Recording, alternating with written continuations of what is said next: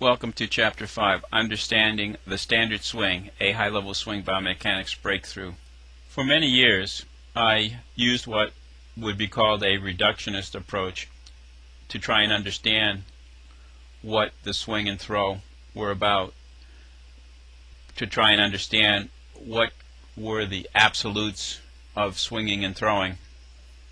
And try as hard as I did, I couldn't come up with anything that made a lot of sense or consistency. One of the words that has been used by many people to describe or to as a maybe what I call a fudge factor to overcome this situation is the word style. Particularly in pitching, a number of pitching gurus, for lack of a better word, would use the word style as a fallback in terms of trying to explain the differences in the way that players threw the ball.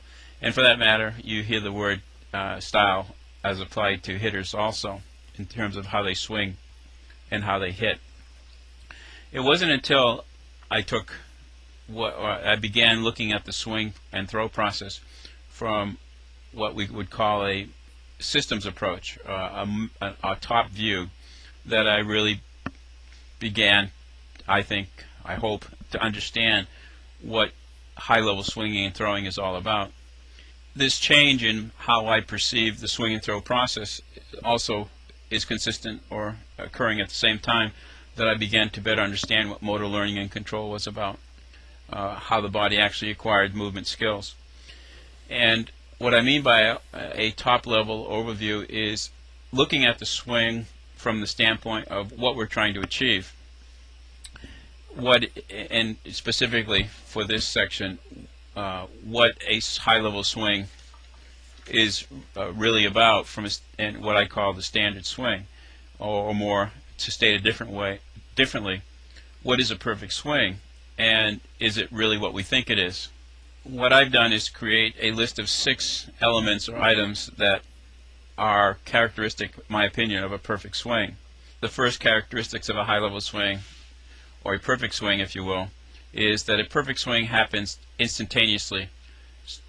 Swing quickness, no lag or delay from initiation of the swing to contact.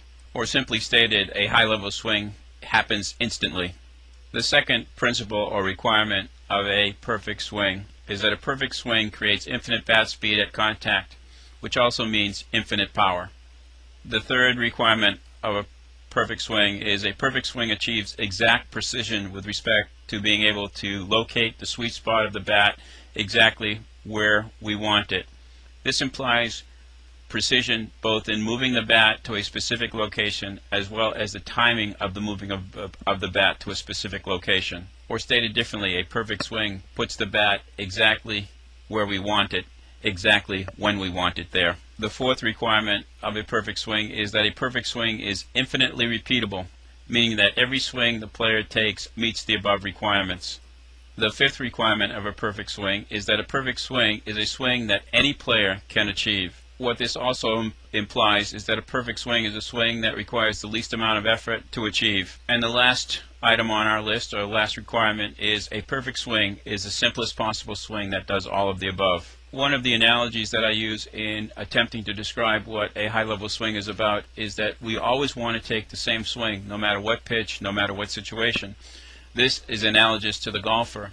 The reason why a golfer has golf clubs is so that he can take approximately the same swing all the time, and the golf clubs are there to meet various conditions. He has the driver for the long drive off the tee, he has the irons for the medium game, and he has a putter for the green.